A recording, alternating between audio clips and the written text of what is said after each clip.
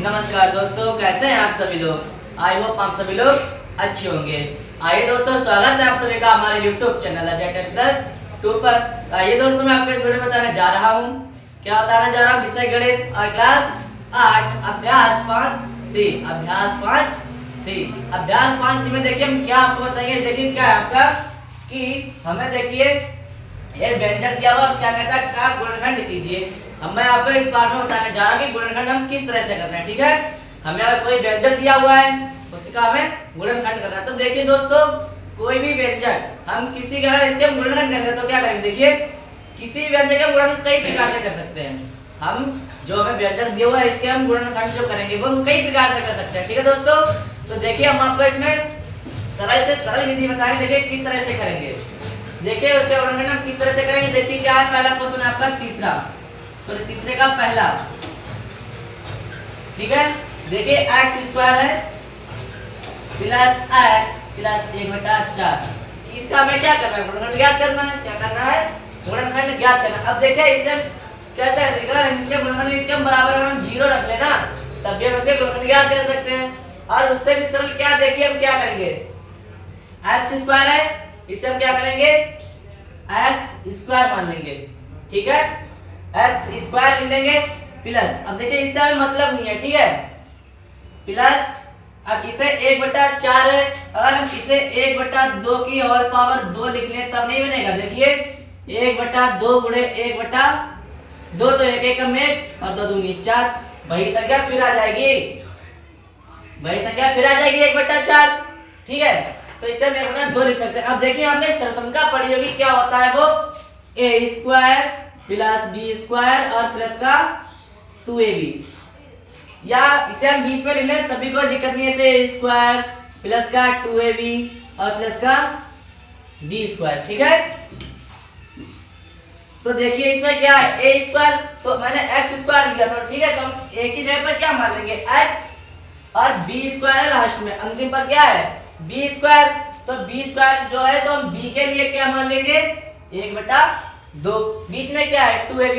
तो देखिए 2 लिख लेंगे सरसंख्या की तरफ से, 2 लिख लेंगे दोस्तों। ठीक है, ध्यान से देखना अब क्या है a। अब a की जगह पर मैंने आपको क्या बताया, a स्क्वायर यहाँ पर x स्क्वायर है, तो a की जगह पर हम यहाँ पर x मान लेंगे। ठीक है, गुणे x। अब गुणा में देखिए b हमने क्या माना 1/2, 1/2। तो देखिए इस तरह से हम लिख लेंगे। अब देखिए जब हमने ये चीज लिख ली है और ज्ञात क्या करवाता है गुणनखंड, तो सीधी सी बात देखिए, जब ये हमने सरलसंख्या पढ़ी, किसकी सरलसंख्या, देखिए a प्लस b का होल स्क्वायर। सीधी सी बात क्या हमने पढ़ा, a स्क्वायर प्लस 2ab और प्लस b स्क्वायर किसके बराबर होता है, a प्लस b के b स्क्वायर के बराबर। जब हमने इतना ज्ञात कर लिया है तो हम इसमें ये नहीं लिख सकते a, देखिए a प्लस बी स्क्वायर है उसमें, तो a की जगह पर क्या लिखेंगे x, और b की जगह पर क्या लिखेंगे 1/2 प्लस 1/2। इसकी होल पावर 2 हो जाएगी, क्योंकि स्क्वायर वाला हमने होल पावर 2 लिखी है। ठीक है, तो इसकी होल पावर 2 हो जाएगी। ठीक है दोस्तों, तो आशा करता हूं कि दोस्तों आपको ये क्वेश्चन समझ में आया होगा। देखिए अगर आपको समझ में नहीं आया है तो एक ट्रिक इसके लिए और भी है, इसके लिए एक ट्रिक और भी है। हम इसके लिए और भी सरल तरीके से हल कर सकते हैं। देखिए किस तरह से, देखिए इसे हम कैसे हल कर सकते हैं। देखिए क्या है x square plus x plus का 1/4 ये हमें दे रखा है। ठीक है, अब देखिए यहाँ पर x, अब देखिए x का गुणांक, अब हमें यहाँ पर देखना है कि x का जो गुणांक है वो कितना है, ये x है। ठीक है, जब x यहाँ पर है और संख्या यहाँ पर पद में जो गुणांक में कुछ नहीं होता है तो हम 1 मान लेते हैं। ठीक है, क्योंकि 1 गुणा अगर हम 1 की गुणा x से करेंगे तो फिर वही संख्या आ जाएगी, क्योंकि 1 की गुणा हम किसी भी संख्या से करें तो वही संख्या हमको प्राप्त होती है। ठीक है, तो यहाँ पर देखिए x है, अगर हम यहाँ पर 1 लिखते तो x ही प्राप्त होता, इसलिए यहाँ पर सीधे मैंने x ही लिखा हुआ है। ठीक है, तो कहने का मतलब यहाँ पर जो x का गुणांक होगा वो कितना होगा, x का जो गुणांक होगा कितना होगा, वो 1 होगा। x का गुणांक 1 होगा, और जब 1 होगा देखिए क्या है, जोड़ने पर 1/4 हो जाए, जोड़ने पर सॉरी इसका जो गुणांक है वो 1/4 है, और जोड़ने पर ये आ जाए यहाँ पर देखिए, यहाँ पर एक स्क्वायर का गुणांक 1 है और यहाँ पर देखिए स्थिरांक जो होती है, कांस्टेंट टर्म जो होती है वो क्या है, 1/4 है। ठीक है, जब इतना देखिए इसकी गुणा करेंगे 1/4 आ जाएगा। तो कहने का मतलब जो एक से यहाँ पर x का गुणांक है वो 1 है। ठीक है, तो हमें इस तरह से ज्ञात करना है कि अगर हम इसे अगर जोड़ेंगे, हम ऐसे गुणनखंड करेंगे इसके कि अगर हम जोड़ेंगे तब मुझे 1 प्राप्त होगा, जोड़ेंगे तब मुझे 1 प्राप्त होगा, और अगर हम गुणा करेंगे तो 1/4 प्राप्त होगा। देखिए किस तरह से यहाँ पर 1 है, देखिए तो हम यहाँ पर 1/2 प्लस 1/2 नहीं लिख सकते हैं क्या? देखिए यहाँ पर हमें 1 प्राप्त करना है, आधा इसे बोलते हैं 1/2 के लिए क्या बोलते हैं, आधा, और आधा ये देखिए आधा आधा 1 हो जाएगा। और देखिए अब इसके अगर हम गुणा करेंगे 1/2 गुणे 1/2 तो देखिए क्या होगा, 1 की गुणा 1 से कर लेंगे क्या आ जाएगा 1। ठीक है, और 2 दूनी 4, देखिए क्या आ गया 1/4, गुणा करने पर 1/4 आ जाए और जोड़ने पर 1 आ जाए। इसे इधर देखिए इसे हम जोड़ेंगे, देखिए 2 लासा हो जाएगा ऊपर 1 1 और 2 हो जाएगा, 2 एकम 1 बराबर 1 आ जाएगा। ठीक है, तो देखिए यहाँ पर मिलेंगे x² plus 1/2 x plus 1/2 x। हम इसके लिए यहाँ पर लिख लेंगे क्योंकि 1/2 आधा मानते हैं तो आधा और आधा ये वाला पूरा हो जाएगा 1। ठीक है, प्लस का 1/4। अब देखिए क्या करेंगे, अब हमें ये 2 पद लेने हैं और ये 2 पद लेने हैं। हमें इन 2 पद में क्या कॉमन है देखना है, इन 2 पदों में क्या कॉमन है। देखिए x² यहाँ पर है, यहाँ पर 1/2 x है। अब देखिए x² है, इसे क्या लिख लेंगे x गुणा x, और 1/2 है, कॉमन क्या है 1/2, तो इसे हम 1/2 x है बराबर, तो 1/2 गुणे x हम लिख सकते हैं, क्या लिख सकते हैं x। अब देखिए यहाँ पर कॉमन हम किस तरह से लेते हैं ये पता है, हम ये से कॉमन लेते हैं कि अगर हमें इन दोनों संख्या में जो चीज सेम होती है, दोनों में होती है, उसे हम कॉमन ले सकते हैं। ठीक है, तो देखिए यहाँ पर 1x यहाँ पर है और 1x यहाँ पर है। ठीक है, नंबर बनते में x कॉमन मिलेगा और यहाँ पर 1/2 है, यहाँ पर नहीं है, यहाँ पर x है। तो कहने का मतलब है कि मुझे इसमें संख्या मिलेगा वो सिर्फ और सिर्फ x कॉमन मिलेगा। ठीक है, तो यहाँ पर देखिए हम x कॉमन ले लेंगे। जब देखिए 1 कॉमन मैंने ले लिया तो यहाँ पर क्या बचा, बस 1 बचा, क्योंकि मैंने 1x ले लिया कॉमन, 1 बचा, क्योंकि स्क्वायर में 2 होते हैं तो x यहाँ पर बचेगा। ठीक है, ध्यान से देखना दोस्तों, प्लस देखिए x मैंने यहाँ से कॉमन ले लिया, क्या बचा 1/2, 1/2 इतना आ जाएगा, यहाँ तक समझ में आ गया। अब प्लस देखिए यहाँ पर क्या कॉमन है 1/2। अब इसे भी देखिए हम आपको सोल्व करके दिखा देते हैं जिससे कि आपके लिए अच्छी तरह से समझ में आ जाए। देखिए 1/2 है, अब देखिए इसे हम कैसे नहीं लिख सकते क्या 1/2 गुणे x, क्योंकि हम गुणा करेंगे वही संख्या प्राप्त होगी, और क्या है 1/4। अब देखिए इसे हम 1/2 गुणे 1/2 इस तरह से नहीं लिख सकते क्या, क्यों लिख सकते हैं, क्योंकि हम 1 की गुणा 1 से करेंगे, कितना आ जाएगा 1। ठीक है, और 2 की गुणा 2 से करेंगे कितना आ जाएगा 4, सीधी सी बात, 2 दूनी 4, देखिए 1/4 आ जाएगा। तो देखिए इसमें हमें क्या कॉमन मिलता है, देखिए यहाँ पर x है, यहाँ इसमें x है ही नहीं। ठीक है, तो x हम कॉमन नहीं ले सकते। ठीक है, जो संख्या दोनों में होती है हम उसी पद के लिए कॉमन लेंगे, जो पद दोनों में होगा हम उसी पद के लिए कॉमन लेंगे। ठीक है, तो यहाँ पर देखिए 1/2 एक और है, इसमें भी है 1/2, ऊपर वाले में इसमें भी है और इसमें भी है। ठीक है, तो हम 1/2 ही कॉमन ले लेंगे, 1/2 कॉमन ले लेंगे। ब्रैकेट में क्या बचा x, हमने 1/2 तो कॉमन ले लिया, बस सिर्फ और सिर्फ x बचा। अब देखिए प्लस 1/2 मैंने कॉमन ले लिया, क्या बचा 1/2, 1/2 मैंने कॉमन ले लिया, क्या बचा 1/2, तो 1/2।